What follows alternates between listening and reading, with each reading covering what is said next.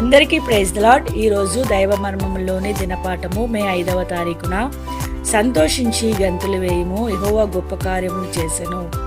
యోవేలు గ్రంథము 2వ అధ్యాయము 21వ వచనము. ఆత్మీయంగా దేనిని పోగొట్టుకొనును దాన్ని తిరిగి సంపాదించుకొనవచ్చునని లేఖనం చెప్పుచున్నది. ఇది అసాధ్యంగా కనిపించినప్పటికీ దేవుని సహాయము, కృప ఆయన వాక్యం ద్వారా తిరిగి పొందుట సాధ్యమే. 2వ రాజులు 6వ అధ్యాయము 1 నుంచి 7 వచనములలో గల ప్రవక్తల శిష్యుల కథ ద్వారా ఈ సామాన్యమైన పాఠం మనకు నేర్పింపబడుచున్నది. ఈ యవన ప్రవక్తలు ఎలీషా యొక్క శిష్యులు. వారుండిన స్థలము చాలా ఇరుకుగా నుండినందున ఇంతకంటే విశాలమైన గృహము వారికి కావలసి ఉండెను. దాని నిమిత్తము వారికి కలప అవసరమై ఉండెను. కనుక యోర్దాను అవతలనున్న అడవిలో చెట్లు నరుకుటకు వెళ్ళిది.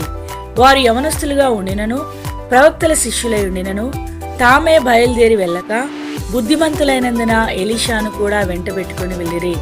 2వ రాజుల గ్రంథము 6వ అధ్యాయము 3వ వచనంలో ఈనాటి యవనస్తులు పెద్దవారి కంటే తామే ఎక్కువ జ్ఞానం గలవారని తలంచుదురు.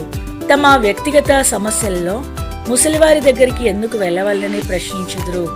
ఈ యవనస్తులైతే గ్రహింపు కలిగిన వారు గనుక ఎలీషాను తమ వెంబడి రమ్మని కోరిది. వారు మ్రానులను నరుకుచుండగా ఒక యవనస్తుని గొడ్డలి ఊడి నీటిలో పడిపోయెను. 5వ వచనంలో ఈ విషయం రాయబడి ఉన్నది. ఆ గొడ్డలి ఎరువు తెచ్చిన రగుటచే దాన్ని తిరిగి తన స్వంతదారునికి ఇచ్చివేయవలసి ఉండినది. తన సమస్య నిమిత్తము ఈ యవనస్తుల దగ్గరికి వెళ్లకుండా జ్ఞానం కలిగి వృద్ధుడైన ఎలీషా దగ్గరికి వెళ్ళెను. అతడు ఎలీషాతో, అయ్యో నా ఏలినవాడా, నా నిర్లక్ష్యతను బట్టి గొడ్డలి ఊడి నీటిలో పడినది. అది ఎరువు తెచ్చినది కనుక దానిని ఇచ్చివేయవలెను. నేనేమి చేయవలనో నాతో చెప్పుమని మొరపెట్టెను. ఎలీషా అదెక్కడ పడినదో నాకు చూపించుమని అడిగెను. అతడు ఎలీషాకు ఆ స్థలంను చూపించగా ఎలీషా కొమ్మనొక దానిని నరికి నీళ్ళలో పడవేసెను. వెంటనే గొడ్డలి పైకి లేచెను. ఇది సామాన్యమైన కథయే. అయితే మనము ఆత్మీయంగా పోగొట్టుకున్న ప్రతిదాన్ని తిరిగి ఎలాగునా పొందగలమను లోతైన పాఠమును ఇది మనకు నేర్పించును.